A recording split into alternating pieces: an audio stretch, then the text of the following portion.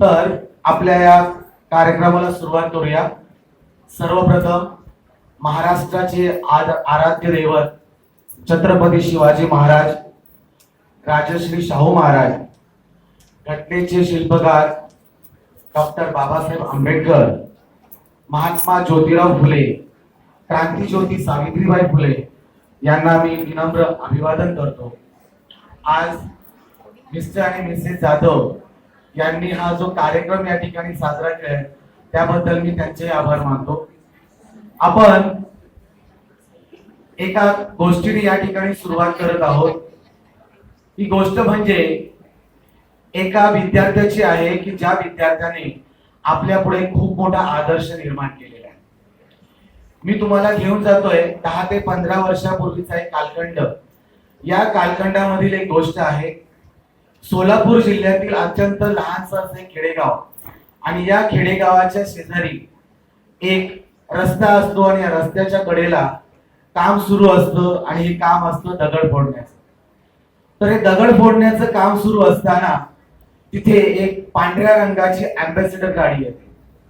आता तर आपल्याला ही गाडी पाहायला सुद्धा मिळत नाही, परंतु ही अँबॅसेडर गाडी असते आणि त्या गाडीचा रस्त्याच्या कडेला लागते आणि तिथे कॉन्ट्रॅक्टर येतात. ते कॉन्ट्रॅक्टर गाडीतून उतरणाऱ्या व्यक्तीला सर्व माहिती देतात. तो तिथून निघून जातो आणि तेव्हाच त्या रस्त्याच्या कडेला एक महिला असते जिने झोळीमध्ये आपल्या बालकाला तिने झोपवलेलं असतं. ते येऊन त्या कॉन्ट्रॅक्टरला विचारते की दादा, आता ह्या पांढऱ्या गाडीमधून आलेली व्यक्ती कोण होती? तर त्यांनी सांगितलं ही व्यक्ती आपल्या सोलापूर जिल्ह्याची कलेक्टर होती. आता हे ऐकल्यानंतर ती महिला म्हणते की मी देखील माझ्या मुलाला कलेक्टर बनवणार. आणि हीच प्रेरणा घेऊन ती आपलं दिवसाचं काम जे पाथरवट असते, दगड फोडायचं काम करत असते. हळूहळू तिच्या जवळ असणारा तिचा जो बाळ आहे, जो बालाजी आहे, हा बालाजी लहानाचा मोठा होत जातो. 5वी 6वी 7वी 8वी असं करत करत त्याचं शिक्षण पूर्ण होत असतं आणि ती त्याला शिकवण्याचा प्रयत्न करत असते. हा बालाजी लहान असताना अचानक एकदा काय होतं की त्याचा जो डोळा जो आहे हा डोळा निकामी होतो, कारण की त्याला मोतीबिंदू झालेला असतो. एका डोळ्याने तो अंध होऊन जातो. आता प्रश्न असा पडतो की त्याला पुढे काय करायचं. तो जिल्ह्याच्या ठिकाणी जातो. तिथे गेल्यानंतर जिल्ह्याच्या ठिकाणी जी मुलं MPSC UPSC ची परीक्षेची तयारी करतात अशा मुलांचे कपडे लॉन्ड्रीला नेऊन दे, तिथून ती घेऊन येणे, अशी कामं तो करत असतो. आणि त्याच्या मोबदल्यात ही मुलं काय करायची, त्याच्या मोबदल्यात ही मुलं त्याला त्याची पुस्तकं वाचायला द्यायची. आणि त्या मोबदल्यात ही पुस्तकं वाचत वाचत हा बालाजी जो आहे हा एक दिवस UPSC ची एक्झाम देतो. आणि UPSC ची एक्झाम दिल्यानंतर हा पहिल्याच प्रयत्नात तो यशस्वी होतो. आणि तो जेव्हा इंटरव्ह्यूला जातो, कारण तिथे एक मुलाखत असते, तर या मुलाखतीला त्याला विचारलं जातं की बालाजी, तू तर एका डोळ्याने अंध आहेस, मग तुला डिसिजन घेता येईल का? त्यावेळेस त्याने उत्तर दिलं असतं, I can see right things with my left eye. त्याच्या ह्या एका विधानाने त्या ठिकाणी असणारे जे मुलाखतकार आहेत या मुलाखतकारांना तो त्याचं बोलणं पडतं आणि बालाजीला पहिली पोस्टिंग मिळते. आणि ही पोस्टिंग त्याला मिळते हैदराबाद त्या ठिकाणी. असा हा जो बालाजी आहे हा बालाजी दुसरा तिसरा कोण नसून त्याचं नाव आहे बालाजी मंजुळे. काय नाव आहे? बालाजी मंजुळे. तुम्ही जर कधी जर YouTube वर गेलात, बालाजी मंजुळे फक्त नाव टाईप करा, बालाजी मंजुळे सरांची शेकडो तुम्हाला व्याख्यानं तिथे पाहायला मिळतील. मुलांनो, जर एक पाथरवट समाजाची महिला आपल्या मुलाला कलेक्टर पर्यंत घेऊन जाते तर आपल्याला तर सर्व सुविधा उपलब्ध होतात, म्हणजे आपल्याला त्या मानाने स्ट्रगल कमी आहे. तर आपण सुद्धा काय करणार आहोत, या स्ट्रगलला जेवढं तुम्ही फेस करणार आहात तेवढी तुमची माइंड पॉवर जी आहे ती माइंड पॉवर काय होणार आहे, स्ट्रॉंग होणार आहे. या ठिकाणी एक विचार मी तुमच्या पुढे मांडतोय, तो असा आहे, तो विचार असा आहे की opportunities don't happen you create them. म्हणजे संधींची वाट बघत बसू नका, तुम्ही स्वतः काय करा, त्या संधींना निर्माण करा, म्हणजे आपोआपच तुम्ही एक महान व्यक्ती होऊ शकता. यानंतर दुसरं एक उदाहरण या ठिकाणी मी घेणार आहे. ते उदाहरण म्हणजेच हनुमंत गायकवाड यांचं. आपल्यापैकी किती जणांनी हनुमंत गायकवाड हे नाव ऐकलेलं आहे? Very good. चला, म्हणजे कोणीतरी मला मिळाली एक व्यक्ती. तर हनुमंत गायकवाड ही अशी व्यक्ती आहे की त्यांनी एका कंपनीची स्थापना केली. या कंपनीचे नाव आहे बीव्हीजी, भारत विकास ग्रुप. तर या भारत विकास ग्रुपच्या अंतर्गत काय केलं जातं, तर हाऊस कीपिंगची मोठी मोठी कॉन्ट्रॅक्ट घेतली जातात. यांनी पहिलं कॉन्ट्रॅक्ट घेतलं होतं हे टेल्को कंपनीमध्ये. ते काय करायचे, त्यांच्या गावाकडे असणारी जी मुलं आहेत या मुलांना तिथे हाऊस कीपिंग मध्ये घेऊन यायचे आणि त्यांना रोजगार मिळवून द्यायचे. आज तो ग्रुप एवढा मोठा झालाय की आपल्या भारताचं संसद भवन, त्यानंतर तिरुपती बालाजीचं मंदिर, शिर्डीचे साईबाबाचं मंदिर, त्यानंतर जी मोठी मोठी हॉस्पिटल या ठिकाणी भारत विकास ग्रुप मार्फत वेगवेगळ्या प्रकारच्या सेवा दिल्या जातात. आपल्या मुंबई उपनगरामध्ये ज्या ज्या ठिकाणी तुम्ही 108 नावाची जी तुम्ही अँब्युलन्स बघता, ही 108 नावाची अँब्युलन्स ही भारत विकास ग्रुपने काय केलेली आहे, गिफ्ट म्हणून सरकारकडे दिलेली आहे. म्हणजे बघा, सुरुवातीला जर तुम्ही घेणारे असाल तर एवढे मोठे व्हा की कधीतरी एक काळ असा येईल की तुम्ही घेणारे होणार नाही तर देणारे होणार. तर साहजिकच देणारे होण्यासाठी आपल्याला पहिल्यांदा काय केलं पाहिजे, स्वतःला स्वतःचं कर्तृत्व आहे हे कर्तृत्व आपल्याला सिद्ध करावं लागेल. आणि हे सिद्ध करण्यासाठी सगळ्यात महत्वाची गोष्ट म्हणजे काय, तर आपलं करिअर आपल्याला घडवता आलं पाहिजे. मला खूप आनंद होतो या ठिकाणी की मला या ठिकाणी जो क्राऊड जो आहे हा सर्व स्तरातील क्राऊड आहे. म्हणजे शाळेतील विद्यार्थी आहेत, त्यांचे पालक आहेत, आणि खास करून इथे मला बरेचसे ज्येष्ठ नागरिक पण दिसत आहेत. तर माझ्या आयुष्यातली पहिली वेळ अशी आहे की मला एवढ्या सर्व लोकांशी एकाच वेळेस संवाद साधायला मिळतो. पुढे जाऊया आपण. आता आपलं करिअर जे आहे ते करिअर काही डायरेक्ट आपण करिअर पर्यंत पोहोचत नाही. तर त्यासाठी आपल्याकडे एक फॉर्म्युला आहे. या फॉर्म्युलाला म्हटलं जातं 4C फॉर्म्युला. काय म्हणतात याला? तर हा 4C फॉर्म्युला काय सांगतो, तुम्ही ज्या क्षेत्रात आहात त्या क्षेत्रामध्ये तुम्ही तुमच्या कामामध्ये कन्सिस्टन्सी ठेवा. कन्सिस्टन्सी म्हणजे काय, सातत्य. जेवढं तुमच्या कामामध्ये सातत्य असेल तेवढं तुमचं काम हे अधिक परफेक्ट होतं. मंत्रालयामध्ये काम करणारी जी लोक आहेत ती लोक, तुम्ही एखाद्या पत्राला टाचणी कशी टोचली आहे, ही टाचणी कशी टोचली याच्यावरून सुद्धा तुमच्या कामाचं स्वरूप कसं आहे हे ओळखणारी लोक आहेत. कारण ही टाचणी टोचण्याची देखील एक पद्धत आहे ना, बरोबर की नाही? या पद्धतीवरून तुमची ओळख केली जाते. तर आता कन्सिस्टन्सी नंतर पुढचा जो भाग आहे, जर एखादी गोष्ट आपण सातत्याने करत गेलो की आपोआपच काय होतं, आपोआपच तुमचा कॉन्फिडन्स वाढतो, आपला आत्मविश्वास वाढतो. आणि आत्मविश्वास वाढला की ऑटोमॅटिकच कोणतंही येणारं जे साहस आहे ते स्वीकारण्याची आपल्यामध्ये क्षमता येते. आणि यानंतर जे होतं ते म्हणजे आपलं करिअर.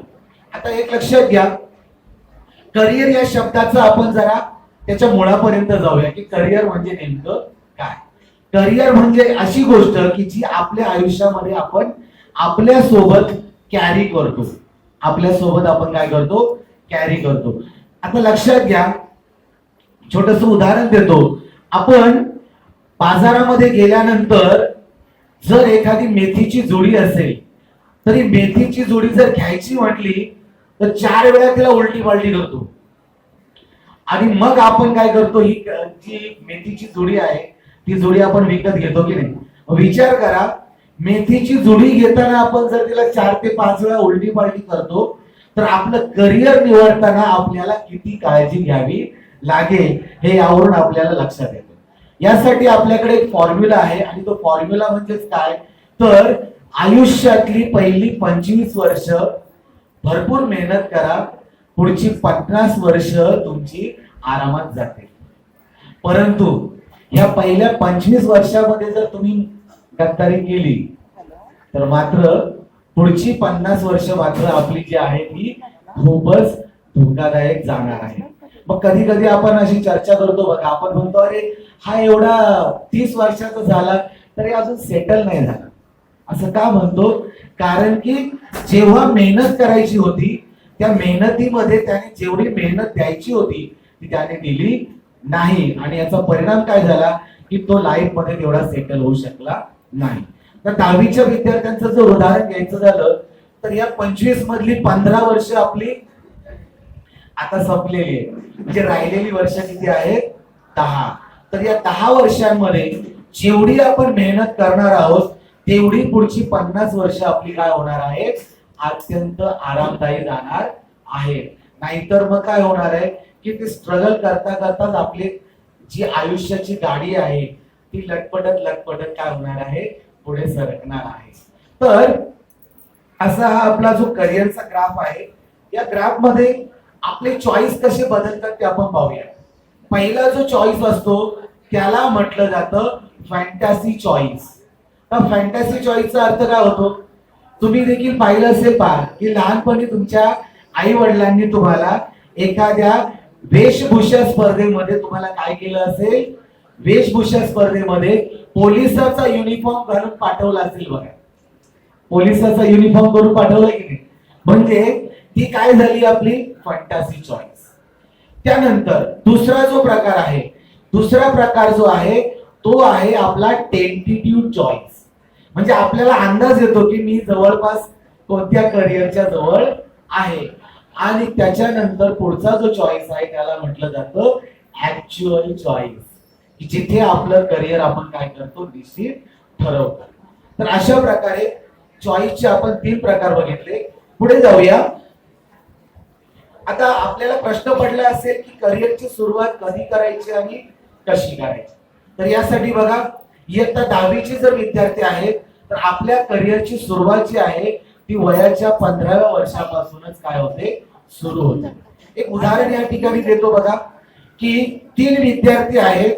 या तिन्ही विद्यार्थ्यांना गुलाबाची फुलं देण्यात आली आणि त्यांचं सीसीटीव्ही द्वारे ऑब्झर्वेशन करण्यात आलं की मुलं त्या गुलाबाच्या फुलांचं करतात काय. हे पाहिल्यानंतर असं लक्षात आलं की तो जो मुलगा जो आहे, एका मुलाने काय करावं? एका मुलाने ते फुलाचं जे गुलाबाचं जे फूल आहे या गुलाबाच्या फुलांच्या पाकळ्या तयार केल्या आणि त्याच्यामध्ये त्याने शोधलं की परागणन कसं होतं, जसं जास्वंदीच्या फुलाचं होतं बघा. म्हणजे याचा अर्थ हा मुलगा नक्कीच कुठेतरी रिसर्च क्षेत्राकडे जाणार आहे, विज्ञान क्षेत्राकडे त्याचा ओढा आहे. एका मुलाने काय विचार केला?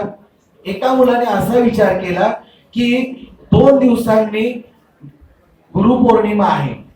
गुरुपौर्णिमेच्या दिवशी शाळेच्या बाहेर जर मी एखाद्या गुलाबाच्या फुलांचा जर मी स्टॉल लावला तर मला 10 रुपयाला घेतलेलं फुल ती जर 12 रुपयाला विकलं तर प्रत्येक फुलामागे मला 2 रुपयाची फायदा होणार आहे.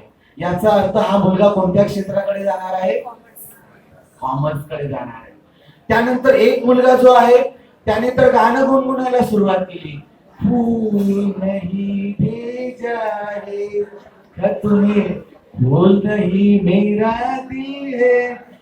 त्या शिक्षकांना समजून गेलं की हा मुलगा जो आहे हा नक्कीच काय करणार आहे? आर्ट क्षेत्राकडे, कला क्षेत्राकडे जाणार आहे. आता एक लक्षात घ्या विद्यार्थ्यांनो, क्षेत्र कोणतंही असो पण त्यासाठी सगळ्यात महत्वाची गोष्ट म्हणजे काय?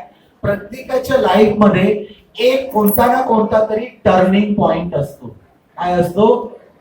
आणि या टर्निंग पॉइंटला जर तुम्ही प्रॉपरली जर हाताळलं तर नक्कीच तुमचं करिअर काय होणार आहे?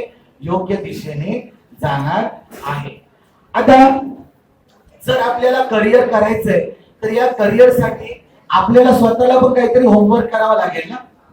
आपोआप होतं का हे? त्यासाठी स्वतः आपण काय होमवर्क करायचं आहे? तर एक म्हणजे आपण ज्या गाव किंवा शहरामध्ये राहतो या शहरापासून मी जे क्षेत्र निवडणार आहे ते अंतर किती अंतरावर आहे. छोटस उदाहरण देतो बघा की आपल्या मुंबई शहरापासून कर्जत, कसारा या भागामध्ये मोठी मोठी इंजिनिअरिंग कॉलेज आहेत. तुम्ही पाहिलं असेल बघा, तासगावकर वगैरे वगैरे. म्हणजे आपल्या घरापासून हे स्थळ किती लांब आहे हे पण आपल्याला पाहायला पाहिजे, कारण त्याचा सुद्धा आपल्या करिअरशी संदर्भ आहे. एक घटना घडली होती की त्या ठिकाणी एक अपघात झाला. त्या अपघातामध्ये तासगावकरचा एक विद्यार्थी मरण पावला, कारण दोन्ही कानामध्ये हेडफोन घातले होते, गाडीचा आवाज त्याला ऐकायला आला नाही आणि तिथे अपघातामध्ये तो मृत्यू पावला. म्हणजे आपल्या घरापासून एखादं ठिकाण किती लांब आहे हे सुद्धा आपल्याला पाहायला पाहिजे. ज्या कॉलेजमध्ये मला ऍडमिशन घ्यायचंय त्या कॉलेजची फॅकल्टी कशी आहे, म्हणजे शिकवणारे शिक्षक कसे हे पण आपल्याला माहित असलं पाहिजे. त्यानंतर कोणकोणत्या वयोगटाची कोणकोणत्या ठिकाणावरून त्या ठिकाणी विद्यार्थी येतात हे सुद्धा आपल्याला पाहिलं पाहिजे. मी या ठिकाणी एका संस्थेचं नाव घेतो. या संस्थेचं नाव आहे VCTI. नाव ऐकलेलं आहे, बस नाम ही काफी आहे ना. हा, तर VCTI हे नाव जे आहे, हे नाव ऐकलं तरी आपोआप काय होतं की आपल्याला समजतं की ते एक ब्रँड झालंय. जसं IIT हा काय आहे, ब्रँड आहे ना. कारण त्या IIT ला एकदा तुमचं ऍडमिशन झालं की असं समजा की आपलं लाईफ बंद झालं तिथे. आणि विशेष म्हणजे आपल्या मुंबई शहरामध्ये एक IIT आहे ना. कुठे आहे सांगा, पवईला आहे. तर पहिले जे टॉपर 100 मुलं येतात, या 100 मधले 60 मुलांचं ऍडमिशन जे आहे, हे 60 मुलं, पहिली 60 मुलं मुंबई IIT ला ऍडमिशन घेतात आणि उरलेली जी 40 मुलं आहेत, ही 40 मुलं उर्वरित जे IIT आहे, जसं IIT खरगपूर असेल, PHU असेल, या ठिकाणी ऍडमिशन घेतात. म्हणजे बऱ्याचदा काय होतं की आपण ज्या शहरामध्ये राहतो या शहरामध्ये असणाऱ्या मोठ्या मोठ्या संस्थांबद्दल आपल्याला माहिती नसते. तर ती माहिती आपण काय केलं पाहिजे, करून घेतली पाहिजे. आणि जर ती माहिती आपण करून घेतली नाही तर मात्र आपल्याला चांगल्या संस्थांमध्ये ऍडमिशन मिळणार नाही. पुढे जाऊया. आता आपण पाहणार आहोत की एखाद्या व्यक्तीचं पर्सनॅलिटी कशी असावी.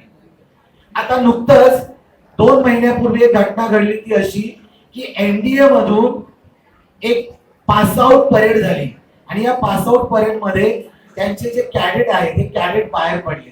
तुम्ही कदाचित न्यूज मध्ये पाहिलं असेल बघा की त्या कॅडेटची पर्सनॅलिटी कशी असते बघा. कारण 3 वर्ष त्यांना पूर्ण त्यांचं ट्रेनिंग देऊन त्यांना तयार केलं जातं.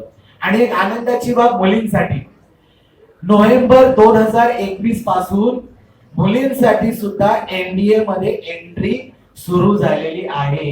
हे मुलींसाठी खूप आनंदाची गोष्ट आहे. म्हणजे पूर्वी जशी मुलं जायची NDA मध्ये, नॅशनल डिफेन्स अकॅडमी, तसं आता मुलींना सुद्धा एंट्री मिळणार आहे. पूर्वी मुलींना जर एंट्री मिळवायची असेल तर त्यांना लिमिटेड जागा होत्या. कोणत्या, जसं AFMC आहे, arm force medical college, Solapur road, Pune. तर तिथे नर्सिंग साठी जाता येत होतं किंवा MBBS होण्यासाठी जाता येत होतं.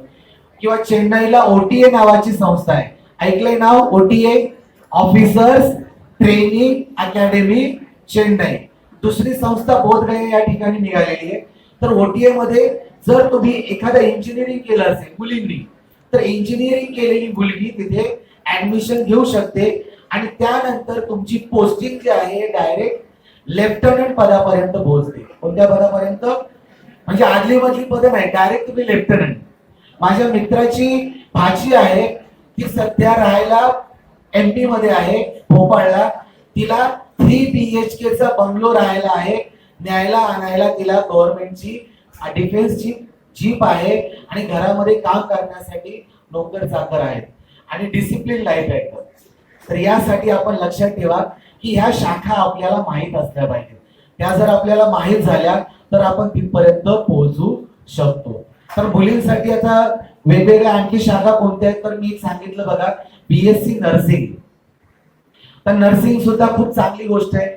पण आपल्याला एक लक्षात असलं पाहिजे की माझ्या त्या दृष्टीने माझे ऍप्टिट्यूड आहेत का, माझा इंटरेस्ट तो आहे का. कारण जर माझा इंटरेस्ट तो नसेल तर मी वैद्यकीय क्षेत्रामध्ये जाण्यासाठी पात्र नाही. नाहीतर आपली अवस्था मुन्नाभाई MBBS सारखी व्हायची. समोर डेड बॉडी बघितली की तो स्वतः चक्कर येऊन पडला. जर अशी अवस्था जर आपली झाली तर आपल्यासाठी ते क्षेत्र योग्य नाही. असं आपण लक्षात घेऊया.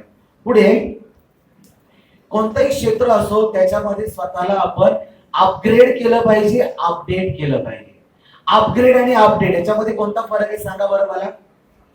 अपग्रेड आणि अपडेट. आपल्याकडे मोबाईल फोन असतो ना, या मोबाईल फोनवर ठराविक दिवसांनी त्याच्यावर अपडेट येतो बघा. आता विचार करा, तो मोबाईल सुद्धा देखील अपडेट मागतो, तर आपल्याला सुद्धा अपडेट झालं पाहिजे की नाही. जी मुलं इंजिनिअरिंग कडे जातात, पूर्वी काय व्हायचं की जावा नावाची एक प्रकारची काय आहे लँग्वेज आहे, तर या लँग्वेजवर पहिलं काम चालायचं ना. आता नवीन लँग्वेज आलाय जसं सॅप आहे, पायथॉन आहे, तर आपल्याला हे सगळं काय केलं पाहिजे, शिकून घ्यायला हवं की नाही. जर आपण ते शिकून घेतलं नाही तर आपण काय होणार आहोत, आपण अपडेट नाही झालो तर आपण आउटडेट होणार आहोत.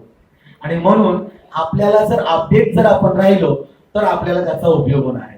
तर आणखी कोणत्या कोणत्या गोष्टीमध्ये आपल्याला अपडेट राहायचंय बघा. 10वीचे विद्यार्थी आहेत, या 10वीच्या विद्यार्थ्यांनी काय करावं, वेगवेगळ्या प्रकारचे दाखले काढून घ्या. आता आपल्याला संधी आहे, कारण आता आज कालच तुम्ही पाहिलं असेल गव्हर्नमेंटचा निर्णय आला, सीबीएसईचा निकाल लागलेला आहे, लवकरच आपली प्रक्रिया सुरू होणार आहे. मग आपण काय केलं पाहिजे, वेगवेगळ्या प्रकारचे दाखले, म्हणजे दाखले कोणते आहे, कास्ट सर्टिफिकेट असेल, डोमिसाइल सर्टिफिकेट असेल, उत्पन्नाचा दाखला असेल, तर हे सर्व दाखले काढून आपला सेट आपल्याकडे रेडी पाहिजे, कारण त्याचा तरच आपल्याला काय करता येईल, उपयोग करून घेता येईल. पुढची गोष्ट म्हणजे काय, पुढची गोष्ट म्हणजे तुमचा छंद. तुमचा छंद देखील तुमचं करिअर होऊ शकतं ना, बरोबर. आणि ज्या ज्या गोष्टीला तुम्हाला छंद आहे ते जर तुमचं करिअर जर झालं तर नक्की ती गोष्ट तुम्हाला लाईफ मध्ये उपयोगी ठरते. कालच वेगवेगळ्या प्रकारचे पुरस्कार झाले, त्याच्यामध्ये राहुल देशपांडे यांचं नाव आलं, ऐकलंय सगळ्यांनी. राहुल देशपांडे जे आहे त्यांना संगीत आणि गायकीचा जो त्यांना वारसा जो आहे, हा वारसा त्यांना त्यांच्या बरोबर ना वडिलांकडून आजोबांकडून मिळालेला आहे. आणि त्यामुळे आपोआपच त्यांनी आपल्या या गुणांचं रूपांतर छंदामध्ये केलं आणि याचा फायदा काय झाला की ते चांगल्या प्रकारचे सिंगर झालेले आहेत. तर आपण हे लक्षात ठेवायचंय, आपला जो छंद आहे हा छंद सुद्धा आपला काय होऊ शकतो, आपलं करिअर होऊ शकतो. काही मुलांना बघा स्पोर्ट्स मध्ये इंटरेस्ट असतो. आपल्यापैकी किती विद्यार्थी असे आहेत की जे स्टेट लेवल पर्यंत स्पोर्ट्स मधून गेलेले आहेत, स्टेट लेवल, डिस्ट्रिक्ट लेवल, जिल्हा स्तरावर, तालुका स्तरावर, व्हेरी गुड, 1-2, शाळा स्तरावर, व्हेरी गुड, ठीक आहे. तर लक्षात घ्या, जर तुम्ही स्पोर्ट्स मध्ये चांगले असाल तर सर्व क्षेत्रांमध्ये स्पोर्ट्स साठी राखीव जागा असतात. आता गेल्या महिन्यामध्ये आलं की एक DYSP झाला एक विद्यार्थी, तो पैलवान आहे, पैलवान. तर पैलवान असलेली व्यक्ती DYSP झाली आणि डायरेक्ट त्यांना पोस्टिंग मिळालं. त्यासाठी त्यांना कोणतीही एक्झाम द्यावी लागली नाही, फक्त 6 महिन्याचं ट्रेनिंग त्यांना देण्यात आलं. म्हणजे याचा अर्थ काय, स्पोर्ट्स कोट्यामधून देखील तुम्हाला एंट्री मिळते. दुसरं म्हणजे वेगवेगळ्या प्रकारच्या ऑइल कंपनीज आहेत. ऑइल कंपन्यांची नावं कोण सांगेल, Indian oil, Hindustan petroleum, Bharat petroleum. तर ह्या पेट्रोलियम कंपन्या काय करतात, पेट्रोलियम कंपन्या तुम्हाला हायर करतात, तुम्ही त्यांच्या वतीने खेळता आणि तुम्हाला खेळायचंच आहे फक्त, आणि तुम्ही खेळण्याबद्दल तुम्हाला काय केला जातो, पगार दिला जातो. सचिन तेंडुलकर हा जेव्हा पहिल्यांदा एंट्री त्याने केली तेव्हा मफतलाल कंपनीने त्याला डायरेक्ट मॅनेजर पदावर बसवलं. मफतलाल कंपनीने डायरेक्ट त्याला मॅनेजर पदावर बसवलं आणि तिथून तो आपलं काम करत होता. आता स्पोर्ट्स मध्ये तुम्ही बघितलं असेल की महेंद्रसिंग धोनी, नुकताच त्याचा बर्थडे झाला, फेसबुकवर तुम्ही त्याचा व्हिडिओ बघितला असेल. तर आता हा महेंद्रसिंग धोनी जो आहे हा एक TC होता ना, बरोबर. पण TC होता तरी तो तिथे थांबला का, फक्त नाही, त्याने त्याच्यामध्ये असणारं स्पोर्ट्सचं जे काही त्याची जी इच्छा होती, छंद होता, त्याला तो राष्ट्रीय स्तरावर घेऊन गेला आणि त्या आधारे तो काय झाला, एक चांगला खेळाडू बनला. मुलींसाठी देखील खेळाच्या माध्यमातून स्पेशल एंट्री आहे. तुमच्यापैकी किती विद्यार्थी असे आहेत की ज्यांना 11वी 12वीला ज्यांना NCC मध्ये जाण्याची इच्छा आहे, NCC मध्ये, व्हेरी गुड. छान, बरेच हात पुढे येत आहेत. हात खाली घ्या. आता एक लक्षात घ्या, ज्या वेळेस तुम्ही कॉलेजची नावं निवडणार आहात तेव्हा अशी कॉलेज निवडा की ज्या ठिकाणी एनसीसी फॅकल्टी आहे. कारण डिफेन्स मध्ये एनसीसीच्या साठी स्पेशल एंट्री स्कीम आहे. ज्यांना सी सर्टिफिकेट मिळालंय अशा विद्यार्थ्यांना डायरेक्ट डिफेन्स मध्ये एंट्री मिळते. बरोबर. तर आता एक लक्षात घ्यायचं आपण की वेगवेगळ्या क्षेत्रामधून तुम्हाला एंट्री मिळते, पण त्यासाठी आपल्याला काही गोष्टी स्वतःहून माहीत असल्या पाहिजे. पुढे जाऊया. आता तुम्ही आर्मी, नेव्ही, एअरफोर्स या तिन्ही शाखांबद्दल तुम्ही ऐकलं असेल बघा.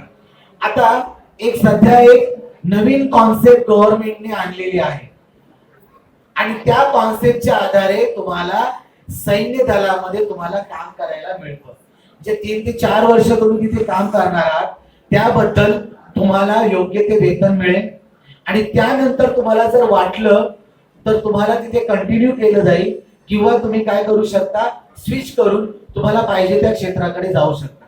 विद्यार्थ्यांनो, आपल्याकडे ही जी गोष्ट घडते परदेशामध्ये ही गोष्ट काही वेगळी नाही. अमेरिका असेल, जपान असेल, चीन असेल, या ठिकाणी ऑलरेडी ही स्कीम जी आहे ही लागू करण्यात आलेली आहे आणि या प्रकारे तुम्हाला काय मिळतंय, सैन्याचं लाईफ एन्जॉय करायला मिळतं ना. बरोबर. तर हे 3 वर्षाचं तुम्हाला तिथे प्रशिक्षण मिळेल. तुम्ही ट्रेनिंग घ्याल, जॉईन व्हाल.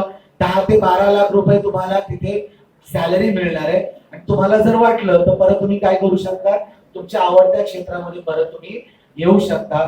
आता भारताचं जे सैन्य दल आहे या सैन्य दलामध्ये दर 6 महिन्याला वेगवेगळ्या प्रकारच्या वॅकन्सीज निघत असतात.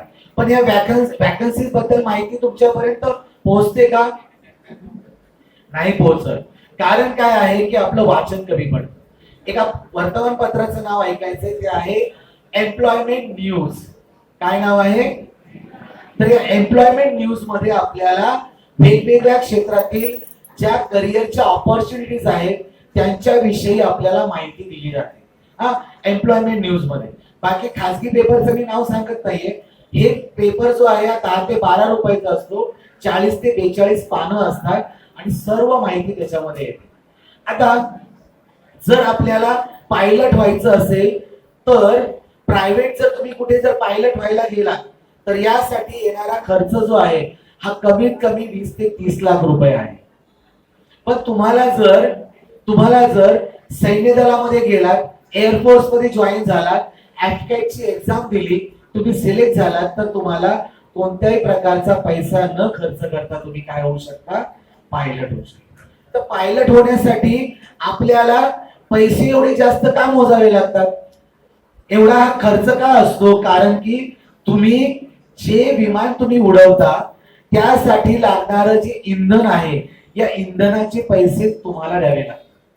त्यामुळे तो कोर्स जो आहे कसा असतो, महागडा असतो. पहिल्यांदा स्टुडंट लायसन मिळतं, स्टुडंट लायसन, त्याच्यानंतर प्रायव्हेट लायसन आहे, त्यानंतर तुम्हाला कमर्शियल पायलट लायसन प्राप्त होतं. तर त्याचे टप्पे आहेत. मुंबईमध्ये पवनहंस नावाची संस्था आहे, नाव ऐकलंय? तर पवनहंस नावाची संस्था, तिथे फ्लाइंग क्लब आहे. आणि दुसरी जी संस्था आहे ती अर्थातच राजीव गांधी उडान अकॅडमी, जी रायबरेली उत्तर प्रदेश इथे आहे. तर त्या ठिकाणी एक हा कोर्स चालतो.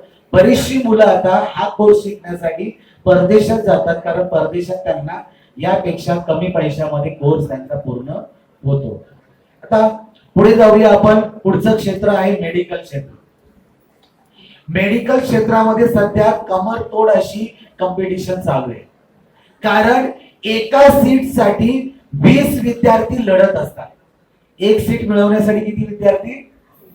20 विद्यार्थी लढत असतात आणि टोटल जागा ऑल ओव्हर इंडिया त्यांची संख्या आहे फक्त 83,000, 83,000 जागा. आणि यासाठी नीटची परीक्षा देणाऱ्यांची संख्या जी आहे लाखो मध्ये असते. मग यासाठी विद्यार्थी कोणता ऑप्शन निवडतात? युक्रेन युद्ध झालं त्यावेळेस मी पाहिलं ना, 15,000 विद्यार्थी एअरलिफ्ट करून आपल्या इंडियामध्ये आणण्यात आले. कारण हे विद्यार्थी शिकण्यासाठी एमबीबीएस ची डिग्री घेण्यासाठी कुठे गेलेले? युक्रेन मध्ये. तसंच रशियाचा पण ऑप्शन आहे. रशियाला पण जातात काही मुलं. सरासरी खर्च जो आहे हा वर्षाला 10 लाख रुपये आहे आणि 6 वर्षाचा हा कोर्स असतो आणि तिथे येणारा जो खर्च आहे त्या आधारे तुम्हाला तिथे काही इंटर्नशिप देखील करायला दिली जाते. तर असा हा कोर्स आहे. काही मुलं इंजिनिअरिंग करून MS साठी जातात. आता काय त्याच्यातले फारच कमी विद्यार्थी परत इंडियामध्ये येतात. कारण का तिथलं जे लाईफस्टाईल आहे ते लाईफस्टाईल आता वेगळं मिळतं ना.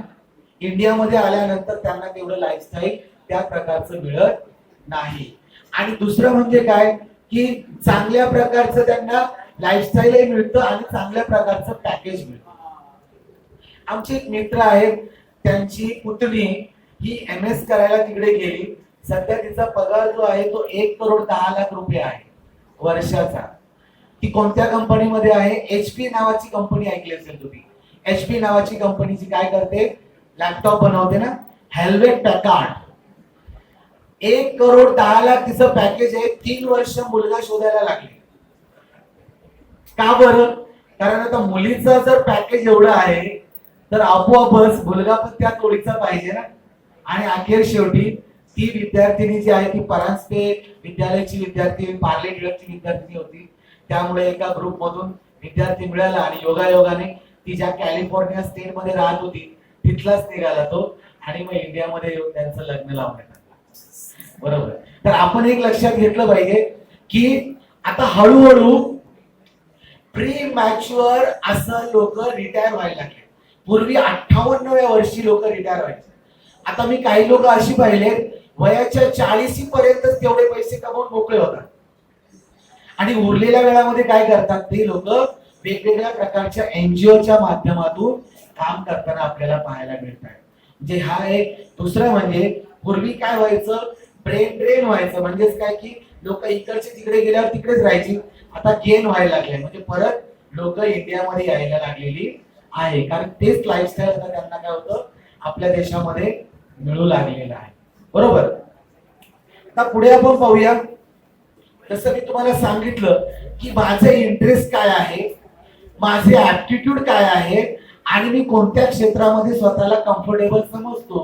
हे एकदा समजलं की तुम्ही तुमच्या लाईफ मध्ये तुमचा योग्य असा करिअरचा निवड तुम्ही करू शकणार आहात. नाहीतर बऱ्याचदा काय होतं, काही मुलं एखादं सेक्शन जे आहे एका क्षेत्राकडे जातात, तिथून परत त्याच मार्गाने त्यांना रिटर्न यावं लागतं आणि नंतर परत दुसरा प्रवास सुरू करावा लागतो. आणि यामध्ये काय होतं, आपल्या आयुष्यात 2 ते 3 वर्ष कमी होतात. बरोबर. तर म्हणून लक्षात ठेवायचं आहे की करिअरची निवड जी आहे ही निवड कधीही चुकता कामा नये. कारण ती जर चुकली तर मग काय होणार आहे, आपल्याला जी आपल्या आयुष्यातली काही महत्वाची वर्ष आहेत ती आपोआपच काय होतात, करिअर निवडण्यामध्येच निघून जातात.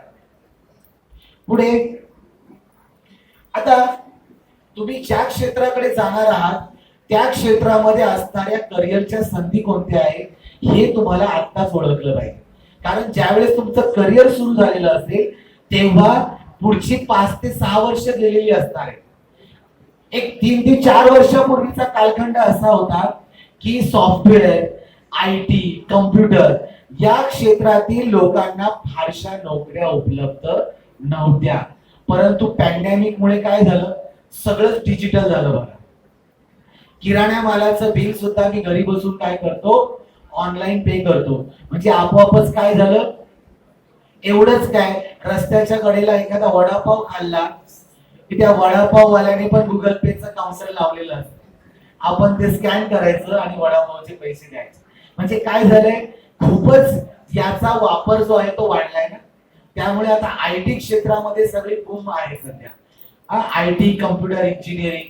मग आपण हे ओळखलं पाहिजे की मला सुद्धा या क्षेत्राकडे तितक्याच वेगाने जाता आलं पाहिजे. Next,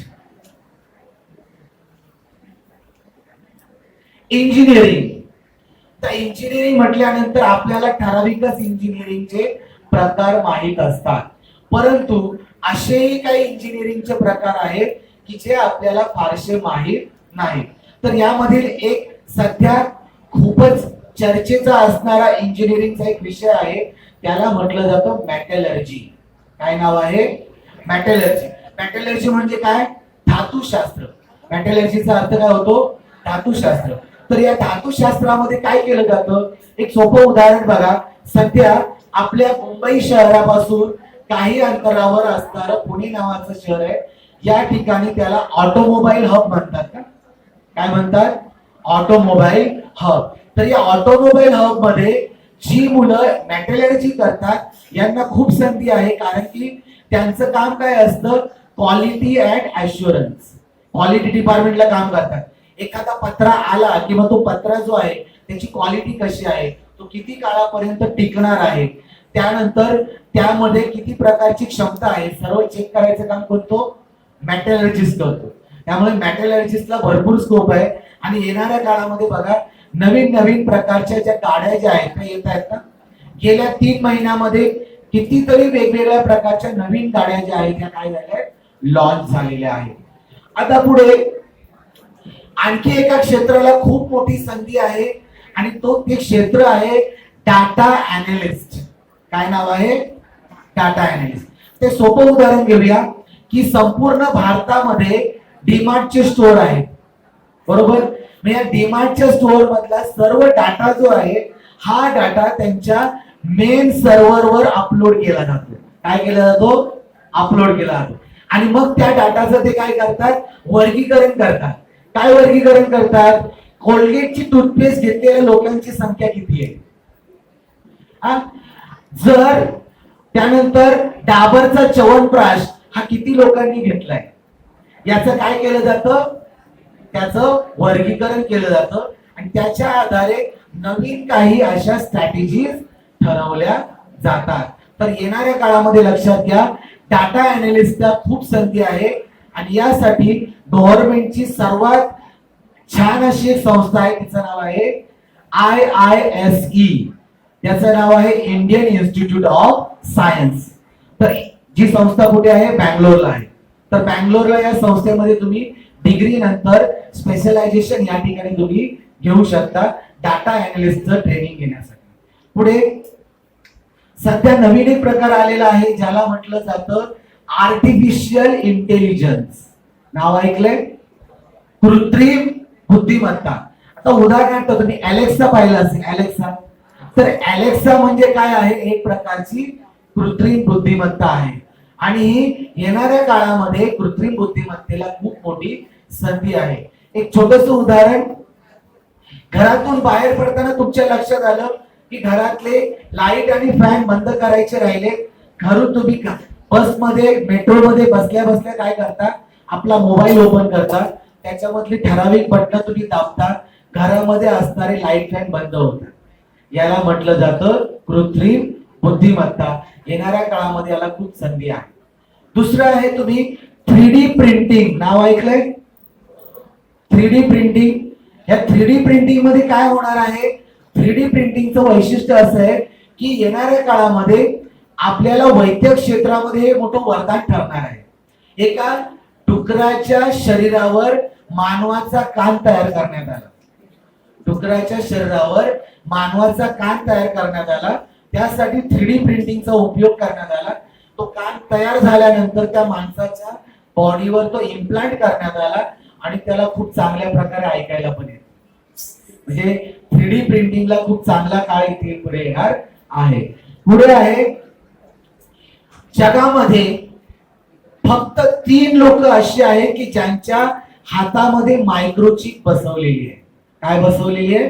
microchip. जर त्यांच्या मेंदूने आदेश दिले तर ते कोणत्याही देशात असले तर त्यांच्या देशामध्ये असणारी त्यांची प्रयोगशाळा, या प्रयोगशाळेचे दरवाजे आपोआप ओपन होतात. म्हणजे काय?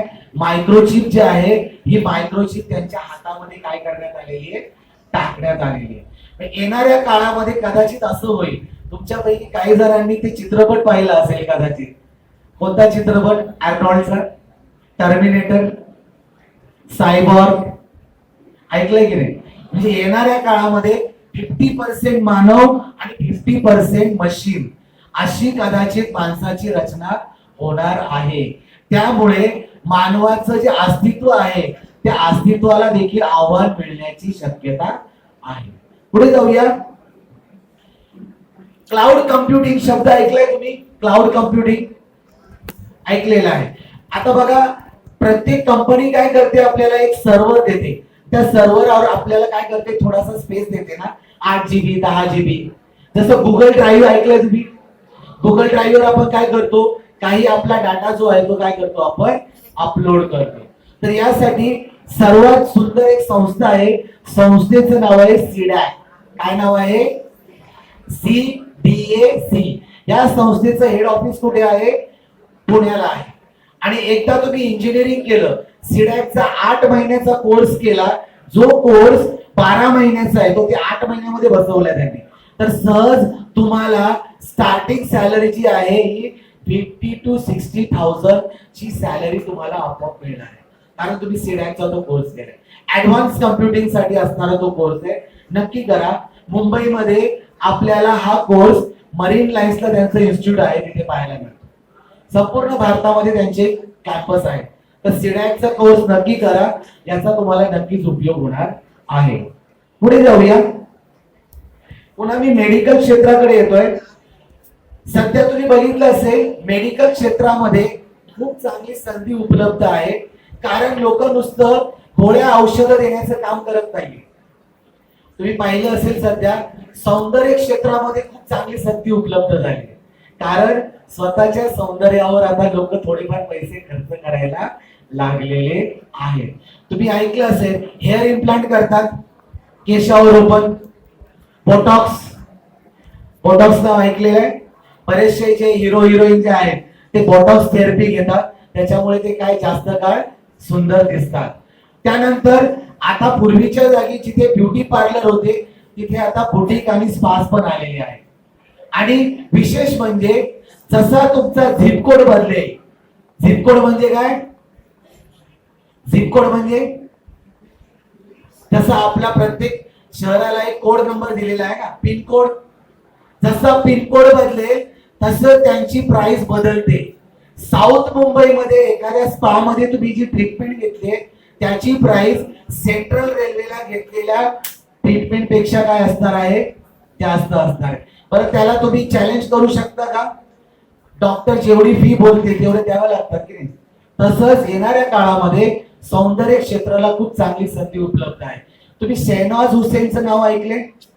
शहनाज हुसेन संपूर्ण भारतामध्ये, भारताबाहेर त्यांची 400 आउटलेट आहेत. किती?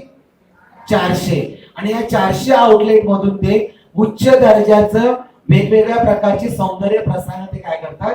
विकतात. तुम्ही हबीब यांचं नाव ऐकलंय? हबीब यांचं नाव ऐकलंय? तर त्यांचे जे शॉप जे आहेत संपूर्ण जगभरात त्यांचे ते विचारलेले आहेत, आणि तिथे त्या प्रत्येक ट्रीटमेंटसाठी ते वेगळ्या प्रकारचे पैसे काय करतात? देतात. आणि दुसरं म्हणजे काय, यासाठी जास्त पैसा खर्च करण्याची आवश्यकता नाहीये.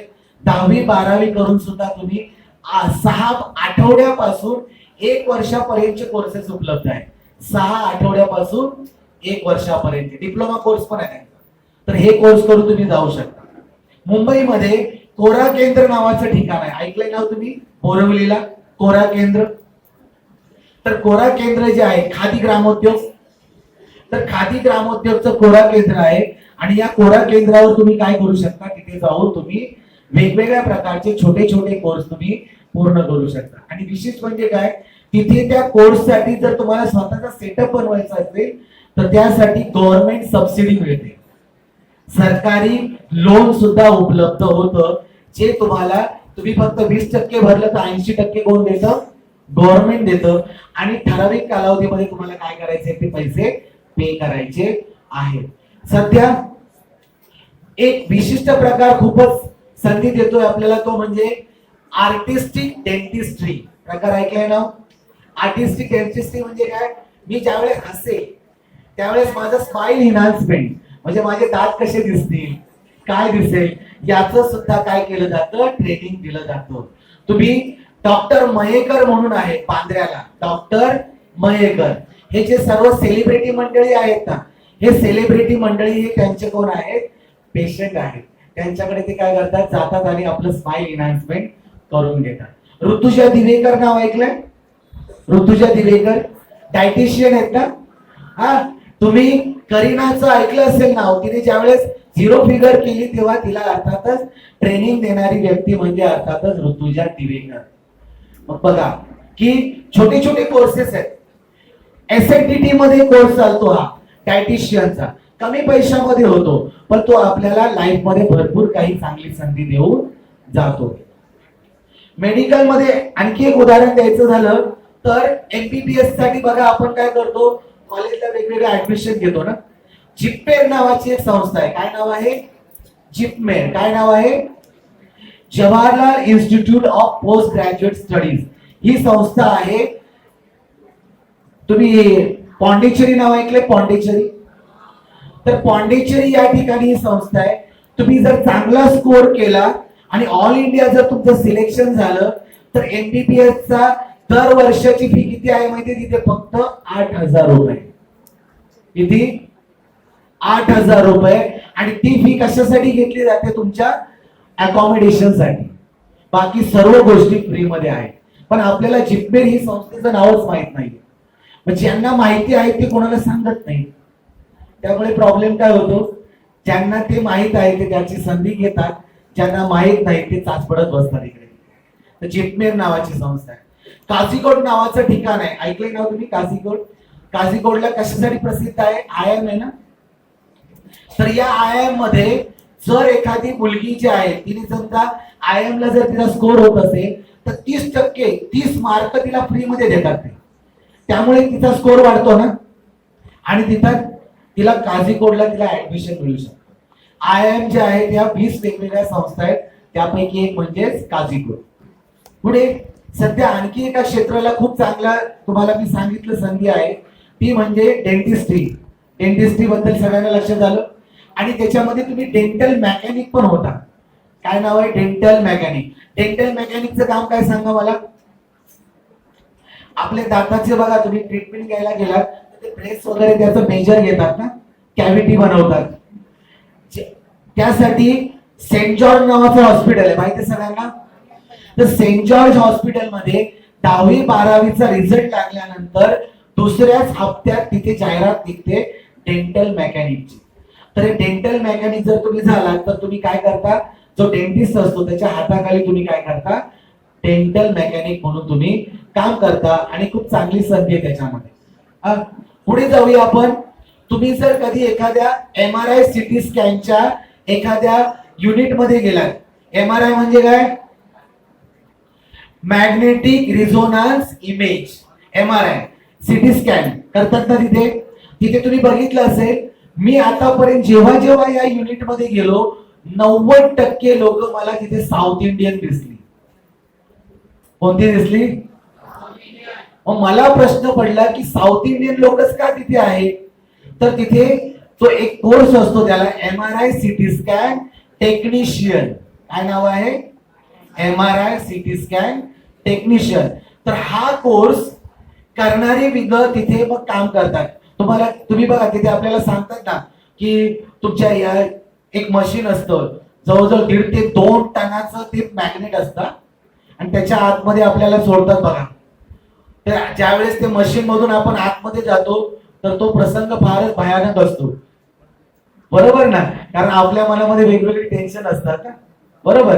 तर ही लोक जी आहेत, मी असा शोध घेतला की हीच लोक तिथे जास्त काय, तेव्हा माझ्या लक्षात आलं की हा जो MRI CT स्कॅन जो टेक्निशियन आहे याचा कोर्स कर्नाटक मध्ये उडुपी आणि मणिपाल युनिव्हर्सिटी नाव ऐकलंय?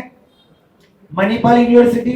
तर या मणिपाल युनिव्हर्सिटी मध्ये हा कोर्स चालतो आणि हा कोर्स करून ही मुलं जी आहेत ती डायरेक्ट मुंबई शहरामध्ये येतात आणि 90% ही मंडळी जी आहे ती त्याचा फायदा घेतात. आणि आपली मुलं जी आहेत आपण फक्त त्यांचे काय असतो, आपण त्यांचे पेशंट म्हणून जातो आणि आपल्याला हे समजत नाही की इथे देखील भरपूर संधी उपलब्ध आहे. तर संधी जी आहे या संधी शोधण्यामध्ये आपलं स्किल आहे. बघा एक उदाहरण आहे की एक व्यक्ती जी आहे ही एक व्यक्ती बाटा कंपनीमध्ये काम करत असते. 2 लोक. एकाला सांगितलं जातं की तू काय करायचंय, आता तू जायचंय अंदमानला. अंदमान मध्ये काय जायचंय तर तिथे आपल्या कंपनीचं काय करायचंय, प्रोडक्ट सेल करायचं. एकाला पाठवलं तर तो म्हणतो अहो काय नाही होती ते, ती आदिवासी लोक आहेत, त्यांना काय मी चप्पल घालायला सांगणार. दुसरा व्यक्ती तिथे जातो, तो म्हणतो इथे मला सर्वात जास्त संधी आहे, कारण मी जर ह्या लोकांना चपलेचा वापर कसा करायचा हे जर सांगितलं तर माझं प्रोडक्ट काय होऊ शकतं, इथे विकलं जाऊ शकतं. तर अशा प्रकारे आपण काय करायचे, संधी जी आहे ही संधी आपण काय करायची, शोधायची आहे.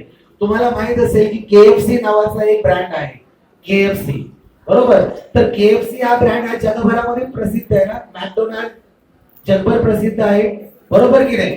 हा, मग आता हे ब्रँड जे आहे ते एवढे प्रसिद्ध का झाले, कारण की त्याच्या मागे खूप मोठी मेहनत आहे, आणि ही मेहनत जेव्हा असेल तेव्हाच ती गोष्ट पूर्ण होणार आहे. नरेंद्र जाधव यांचं नाव किती जणांना माहित आहे, doctor Narendra Jadhav. Very good. चला, म्हणजे अख्ख्या सभागृहामध्ये मला काही लोक तरी मिळाले. नरेंद्र जाधव यांचं वैशिष्ट्य असं आहे, एक काळ असा होता की एका महिन्यामध्ये 15 दिवस ते मुंबई युनिव्हर्सिटीसाठी काम करत होते. एक आठवडा भारताचे रिझर्व्ह बँकेचे गव्हर्नर म्हणून काम करायचे, आणि एक आठवडा ते अफगाणिस्तानला जात होते. कशासाठी, तर अफगाणिस्तानची अर्थव्यवस्था सुधारण्यासाठी. तर त्यांचं एक पुस्तक आहे, त्या पुस्तकामध्ये त्यांनी असं म्हटलंय, पुस्तकाचं नाव आहे माझा बाप आणि मी. किती जणांनी हे पुस्तक वाचलंय, माझा बाप आणि, व्हेरी गुड. तर त्या पुस्तकामध्ये ते असं म्हणताय की हे बघ नरेंद्र, तू साधा चप्पल शिवणारा जरी झाला का तर जगाच्या मार्केटमध्ये तुझी चप्पल जी आहे ही जास्त रकमेला विकली गेली पाहिजे, बरोबर की नाही. म्हणजे आपण काम असं करायचं की ज्या कामाला लोक शोधत आले पाहिजे. आपण लोकांच्या मागे जायचं नाही, लोक आपल्या मागे काय केली पाहिजे, आपोआप आली पाहिजे. पुढचं क्षेत्र आहे ते म्हणजे अर्थातच मेडिकल मध्ये आयुर्वेद. लोक सर्व प्रकारचे उपचार करून थकले की शेवटी कुठे वळतात, आयुर्वेदाकडे. माझ्या बाबतीत पण काहीच तसंच झालंय. तर आयुर्वेदामध्ये तुम्ही एक प्रकार ऐकला असेल, पंचकर्म, बरोबर की नाही. त्यानंतर वेगवेगळ्या प्रकारच्या पद्धती आहेत, आणि हे जुनं आपलं शास्त्र आहे आयुर्वेद शास्त्र. तर या आयुर्वेद शास्त्राला आता खूप चांगली संधी आहे. आणि दुसरा म्हणजे काय, आनंदाची बाब अशी आहे की 50% हा कोर्स ऑटोनॉमस झाला, म्हणजे 50% ॲलोपॅथीची औषधं सुद्धा तुम्ही काय करू शकता, प्रिस्क्राईब करू शकता. आणि महाराष्ट्र आणि कर्नाटक या दोन राज्यांच्या बॉर्डरवर भरपूर मेडिकल कॉलेज आहेत जिथे आयुर्वेदचं शिक्षण दिलं जातं. ज्या लोकांचा कुठे इथे असा नंबर लागत नाही अशी लोक बरीचशी या कर्नाटक आणि महाराष्ट्राच्या बॉर्डरवर असणाऱ्या मेडिकल कॉलेजमध्ये ऍडमिशन घेण्यासाठी जात असतात. पुढे मी एका व्यक्तीचा इंटरव्ह्यू घेतला होता, ती व्यक्ती MBBS होती. मी त्यांना विचारलं तुम्ही काम कुठे करता, तर त्यांनी सांगितलं मी इंग्लंडमध्ये सँडिलियर नावाची लिफ्ट कंपनी आहे, नाव ऐकलंय सँडिलियर, तर या लिफ्ट कंपनीमध्ये ते काम करतात. मी म्हटलं लिफ्ट कंपनीचा आणि MBBS चा संबंध काय, त्यांनी सांगितलं मी त्या ठिकाणी सेफ्टी ऑफिसर म्हणून काम करतो. काय म्हणून काम करते, सेफ्टी ऑफिसर. म्हणजे तिथे ते काय करतात, सँडिलियर लिफ्ट मध्ये काम करणाऱ्या लोकांना सुरक्षेचं महत्व काय आहे हे महत्व ते समजून सांगतात. येणाऱ्या काळामध्ये फायर सेफ्टीला खूप संधी आहे. फायर सेफ्टी ऑफिसर असतो ना, त्यासाठी नेबॉश नावाचा कोर्स आहे. कोणता कोर्स, नेबॉश. हा नेबॉश नावाचा कोर्स जर तुम्ही केला तर तुम्हाला संधी सर्वात जास्त आहे सौदी अरेबिया, बहारीन, अबुधाबी. तुम्ही म्हणाल यांची नावं मी काय घेतोय, कारण की इकडे भरपूर रिडेव्हलपमेंट झाली ना वेगवेगळ्या प्रकारची. बुर्ज खलिफा नाव माहिती आहे ना आपल्याला, बरोबर की नाही. मग ही अशी मोठी मोठी हॉटेल्स तिकडे तयार होत आहे, त्यामुळे तिथे सेफ्टीला भरपूर स्कोप आहे. सेफ्टी ऑफिसर म्हणून तुम्ही काम करू शकता. पुढचं क्षेत्र आहे ते म्हणजे फार्मसी. फार्मसी म्हणजे औषध निर्माण. डॉक्टर फक्त आपल्याला काय करतात, औषधं लिहून देतात ना, परंतु ही औषधं तयार करण्याचं काम कोण करतो, फार्मसिस्ट करतो. परदेशामध्ये डॉक्टर इतकाच फार्मसिस्टचा रिस्पेक्ट केला जातो. आणि विशेष म्हणजे परदेशामध्ये फार्मसिस्ट वेगवेगळ्या प्रकारची औषधं प्रिस्क्राईब करू शकतो. हे वैशिष्ट्य आहे. आपल्याकडे अजून तेवढा त्याचा प्रचार प्रसार झालेला नाहीये, परंतु येणाऱ्या काळामध्ये मात्र या क्षेत्राला भरपूर संधी आहे. 12वी नंतर MSc CET नावाची परीक्षा तुम्ही देता आणि ही परीक्षा दिल्यानंतर तुम्हाला 200 मार्काची परीक्षा आहे. जर तुम्हाला 140 प्लस जर मार्क मिळाले तर तुम्हाला चांगलं कॉलेज हे मुंबईतल्या मुंबईत मिळू शकतं, नाहीतर तुम्हाला मुंबई बाहेर देखील कॉलेजसाठी जावं लागतं. फार्मसिस्ट मध्ये वेगवेगळ्या शाखा आहेत, जसं फार्मास्युटिक्स आहे, फार्माकोलॉजी आहे, फार्माकोव्हिजिलन्स आहे, भरपूर वेगवेगळ्या शाखा आहेत. तर यामधून तुम्ही पुढे जाऊ शकता. पुढे एमफार्मचा ऑप्शन आहे, MBAचा ऑप्शन आहे. जर तुम्ही एमफार्म किंवा MBA करताय तर एखाद्या कंपनीच्या तुम्ही व्हाईस प्रेसिडेंट पर्यंत जाऊ शकता, VP व्हाईस प्रेसिडेंट.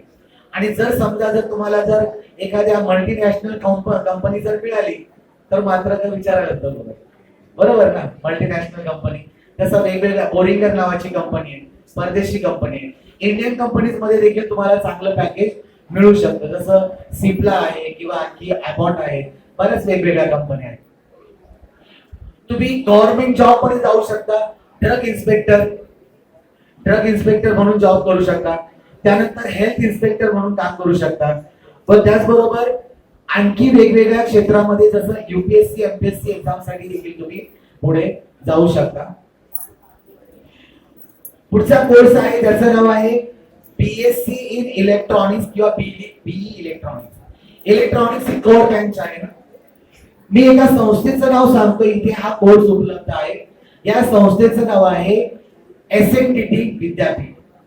SNDT विद्यापीठामध्ये मुलींकरता 4 वर्षाचा डिप्लोमा कोर्स आहे. या डिप्लोमा कोर्सचं वैशिष्ट्य असं आहे, एका वर्षाची फी 15,000 रुपये, 3 वर्षाची फी किती झाली 45,000 आणि 4थं वर्ष इंटर्नशिप आहे. या इंटर्नशिप मधून संपूर्ण वर्षामध्ये तुम्हाला 60,000 रुपये मिळतात, दर महिन्याला 5,000, म्हणजे 45,000 रुपये फी झाली आणि 60,000 रुपये तुम्ही कमवले. त्याच्यानंतर तुम्ही डायरेक्ट डिग्रीला ऍडमिशन घेऊ शकता. डिग्रीला तुम्हाला डायरेक्ट सेकंड इयरला ऍडमिशन. हे शॉर्टकट आपल्याला माहितच ना. आपण काय करतो, आपण शोधतो हा BE म्हटलं की 12वी नंतर JEE एक्झाम द्यायची आणि JEE एक्झाम देऊन मग इंजिनिअरिंग कॉलेज मिळवायचं. पण असे सुद्धा वेगवेगळे मार्ग आपल्याला उपलब्ध आहेत. पुढे जाऊया आपण. मेडिकलशी रिलेटेड OTPT नावाचा प्रकार आहे, ऑक्युपेशनल थेरपी, फिजिओथेरपी. एक खूप चांगला कोर्स आहे, त्याचा मी तुम्हाला सजेस्ट करेन. तुम्ही स्पोर्ट्स डॉक्टर नावाचं नाव ऐकलंय, स्पोर्ट्स डॉक्टर. तर हे स्पोर्ट्स डॉक्टर हा असा एक प्रकार आहे की जो तुम्ही एखाद्या व्यक्तीसाठी तुम्ही त्याचा गाईड म्हणून काम करता, त्याला स्पोर्ट्स साठी हेल्प करता. आमचे एक मित्र आहेत, त्यांचा मुलगा हा, तुम्ही प्रकाश पादुकोण नाव ऐकलंय, ते जरी नाही माहित नसलं तरी मी ते दुसरं नाव सांगेल ते माहित असेल तुम्हाला. कोणतं नाव? दीपिका पादुकोण. तर त्यांच्या वडिलांची अकॅडमी आहे बँगलोरला. तर त्या अकॅडमी मध्ये स्पोर्ट्स सायंटिस्ट आहेत. आता आपल्याला हा प्रकार पण माहित नव्हता, स्पोर्ट्स सायंटिस्ट पण असतात. तरी स्पोर्ट्स सायंटिस्ट काय करतात, तुम्हाला त्या व्यक्तीचं मनोबल वाढवणं, त्याला वेगवेगळ्या प्रकारचं डाएट प्लॅन देणं, त्याच्याकडून सर्व एक्सरसाइज करून घेणं, या सर्व गोष्टी कोण करतं? Sports scientist. आणि या प्रकाश पादुकोण अकॅडमी मध्ये त्यांना संधी काय मिळाली, तर भारताच्या वतीने जी लोक कुठे गेली, ऑलिम्पिक साठी गेली, त्यांची सर्व तयारी जी आहे ती प्रकाश पादुकोण अकॅडमीने करून घेतली. म्हणजे बघा, स्पोर्ट्स सायंटिस्ट म्हणून देखील आपल्याला संधी उपलब्ध आहे. येणाऱ्या काळामध्ये तुम्ही विचार करा, कोणी असं विचार केला होता की कबड्डीला पण एवढे चांगले दिवस येतील? कोणाच्या मनात होतं का असं? बरोबर ना. IPLच्या स्पर्धा होतात बघा, खेळाडूंचे लिलाव होतात, कोटी कोटी रुपयाला खेळाडू विकले जातात. ऑप्शन होतो ना त्यांचा, लिलाव होतो की नाही, त्या लिलावामध्ये हे विकले जातात. म्हणजे येणाऱ्या काळामध्ये स्पोर्ट्सला देखील भरपूर वेगवेगळ्या प्रकारची संधी उपलब्ध आहे. पुढे जाऊया. आर्किटेक्चर. तुमच्यापैकी किती विद्यार्थी असे की ज्यांनी इंटरमिजिएट किंवा एलिमेंटरीची ड्रॉइंगची एक्झाम दिलेली आहे? Very good. यामध्ये किती विद्यार्थी असतील ज्यांना A किंवा B ग्रेड मिळालेली आहे? हात खाली घ्या. Very good. बघा, यासाठी नाटा नावाची एक्झाम आहे. कोणती एक्झाम आहे? नाटा. तर या नाटा एक्झाम मधून तुम्ही आर्किटेक्चर होता. आर्किटेक्चर साठी लक्षात ठेवा, सुरुवातीला काही तुम्हाला लगेच 10-12 लाखाचं पॅकेज मिळणार नाही.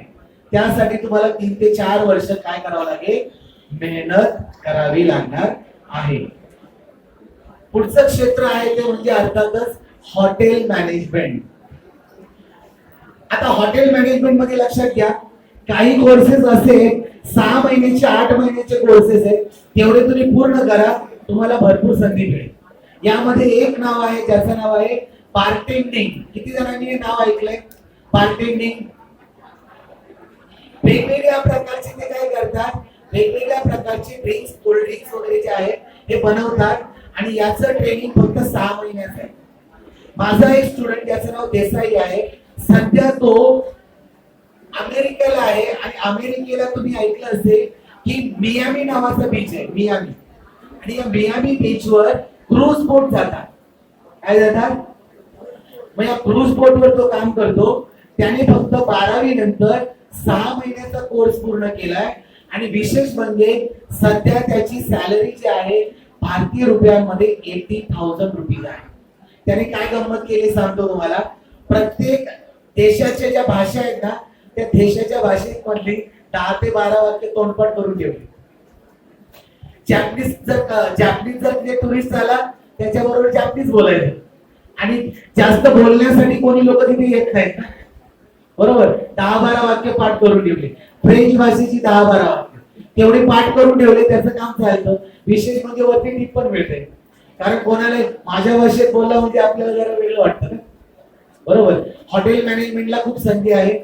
पॅन्डेमिकच्या काळामध्ये ही क्षेत्र थोडंसं प्रभावित झालं, परंतु आता हळूहळू पुन्हा हे क्षेत्र काय होत आहे, पुढे चांगल्या याला संधी उपलब्ध होत आहे.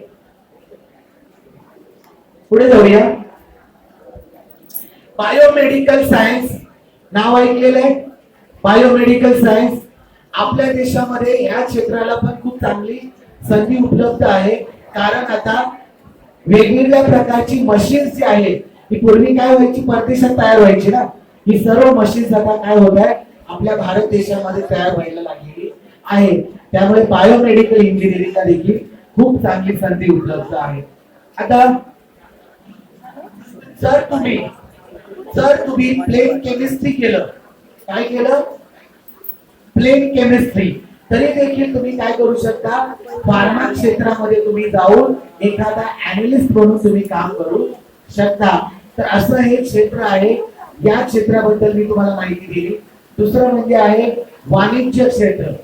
वाणिज्य म्हणजे त्याला इंग्रजीत काय म्हणतात, कॉमर्स. सध्या तुम्ही बघितलं असेल कॉमर्स क्षेत्रामध्ये देखील भरपूर चांगली संधी उपलब्ध आहे. फक्त आपल्याला काय केलं पाहिजे, नुसते सीए किंवा सीएस नकोय, आपल्याला चांगले बँकिंग क्षेत्रातले पण लोक पाहिजे. बँकिंग साठी तुम्ही ऐकलं असेल आयबीपीएस नाव किती जणांना माहिती आहे? IBPS Indian banking personal selection.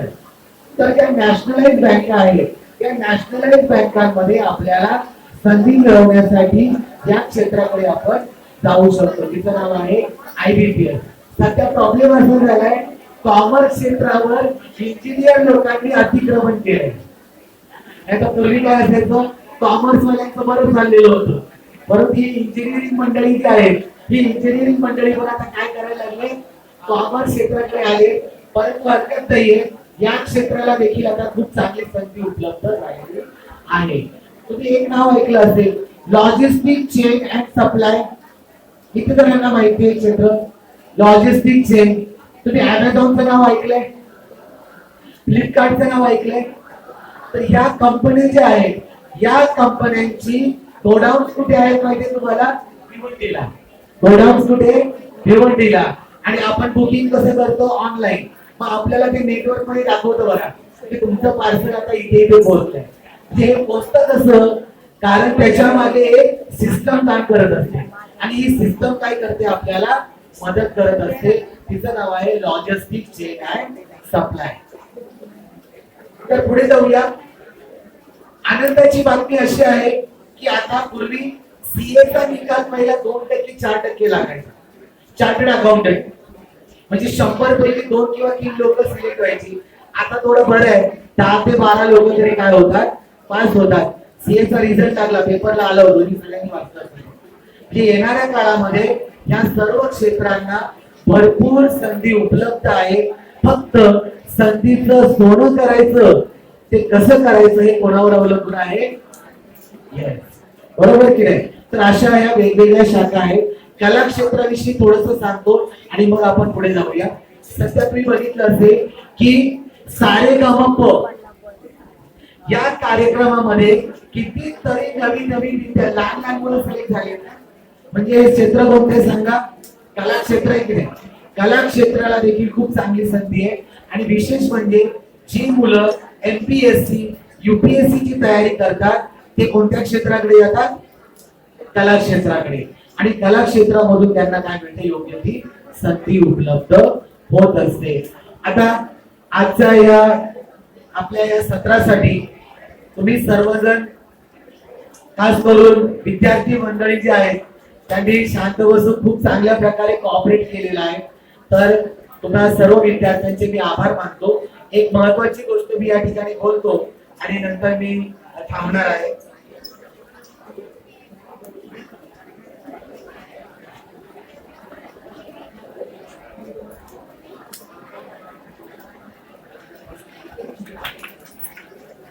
शेवटची बात बोलतोय मी इथे.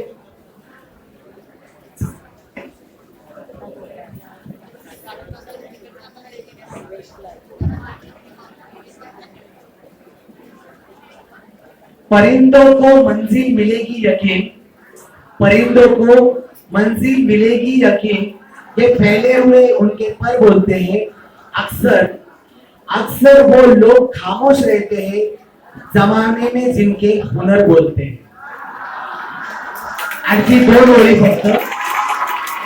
धन्यवाद धन्यवाद. यूं जमीन पर बैठकर आसमान देखता है, यूं जमीन पर बैठकर आसमान देखता है, पंखों को खोल जमाना सिर्फ उड़ान देखता है, जमाना सिर्फ उड़ान देखता है.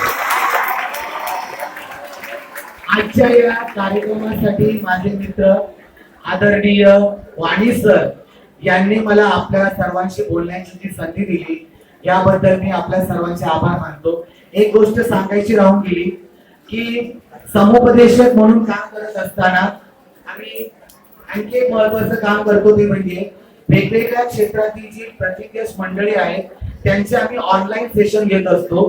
तर अनफोल्ड करिअर्स या अनफोल्ड करिअरच्या माध्यमातून आम्ही वेगवेगळ्या क्षेत्रातील 22 लोकांचे इंटरव्ह्यू घेतलेले आहेत. किती लोकांचे?